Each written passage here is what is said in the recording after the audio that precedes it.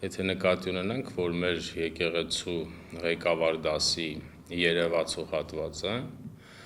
կաթողիկոսի գլխավորությամբ, նաև եթե վերլուծենք իրենց դիսկուրսը, իրենց պահանջները,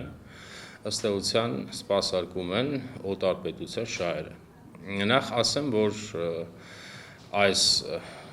հակադրությունը գուցե նաև կոնֆլիկտը նոր չի, պարզապես երբեմն սրվում է, երբեմն հանգստանում է, այս կոնֆլիկտը մեր եկեղեցու ղեկավար դասի 2020 թվականից է սկսել, և այս մարդիկ անընդհատ թողած հոգևոր կյանքը, թողած քրիստոնեական բարոյականությունը, քաղաքականապես կազմակերպվել են և հակադրում են պետությանը։ Եթե իրենք այդ ինչ-որ ասում են իշխանությունը չի։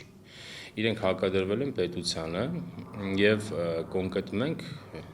նվազագույնը 3 տարի է պահանջում ենք, որ մեր եկեղեցու